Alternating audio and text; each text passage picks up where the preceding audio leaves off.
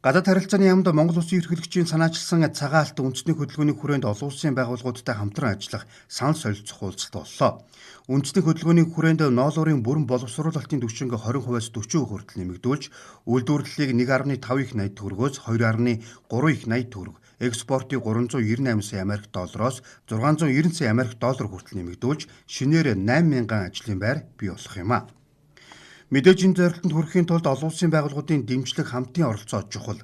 Ноос боловсруулалтын түвшин 25%-аас 55% хүртэл, үйлдвэрлэлийг 240 тэрбум төгрөгөөс 670 тэрбум төгрөг, экспортыг 25 сая Америк доллароос 119 сая Америк доллар хүртэл нэмэгдүүлнэ гэж зорилт тавьсан. За энэ цагаан алт гэдэг хөдөлгөөнийг ерөнхийлөгч санаачлаад тэгээ олон зүйлийн дэмжлэг үзүүлж байгаа. Энийх нь нэг нь хөнгөлөлтийн зээл болгоод 2 сарын хугацаанд 300 гаруй тэрбум төгрөгийг 40 орчим аж ахуй нэгж авсан байна. За дээрэс нь бас ноолуурын энэ цаг үетэй холбоотой, үнэтэй холбоотой дотоодроос ноолуур бэлтгэхтэй холбоотой бас нэлээд санхүүжилтийг нэмж гаргаж байгаа шиг үндэсний газрын зүгээс. Тэгээд энэ аль болох энэ салбарыг бас нэг шат дахиулчих, үйлдвэрлэлийн хүчин чадлыг нэмэгдүүлэх чиглэлээр ажиллаж байгаа. Тэгээд өнөөдөр энэ олон улсын байгууллагууд, элчин сайдын яамдууд манай энэ арьсныхийн ноос ноолуудаа хамгийн тулгымцсан асуудал зах зээл юм лээ. Яг бодит гэрээ хэлцэл хаана байна. Ялангуяа арьсны үйлдвэрт ингээ очиод үзэхээр маш цаг хүн хүч шаардуулаад арьсаа бэлтгэждэг хаан зарах уу гэдэг юм нэлээд хүндрэлтэй байд юм байна. Хоёрдугаарт манай малын эрүүл мэндтэй холбоотой Монгол арьс ширний ялангуяа чанар их сүүлийн жилүүд муудаж байгаа юм билээ. Гэх мэтчлэн ер нь энэ гадны элчин сайдын яамдууд, за гадаад оронд байгаа Монголын элчин сайдын яамдуудаар дамжуулаад тэр хүмүүст бодит гэрээ хэлцэл зах зээл бий болох асуудал бол айгүй чухал юм билээ. Аж үйлдвэрийн паркуудыг бол бас сүүлийн хэдэн жил засгийн газраас ингээ хэрэгжүүлээ явж байгаа, тодорхой хэмжээнд төсөв хөрөнгө тавиад явж байгаа гэж ойлгож байгаа.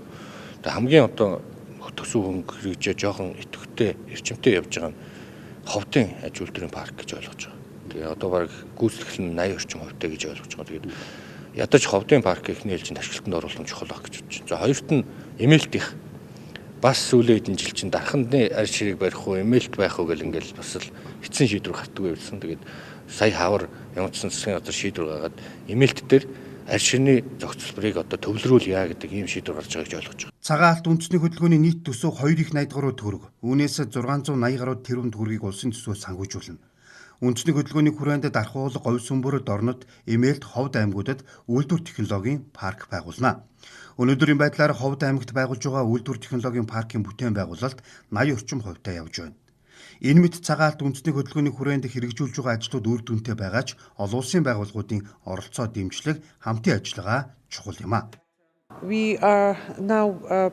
Монгол Улсын ерөнхийлөгч санаачилсан цагаан алт хөдөлгөөн нь Монгол Улсын мал аж ахуйн салбарын шинжилэл чиглэсэн маш чухал санаачлаг билээ.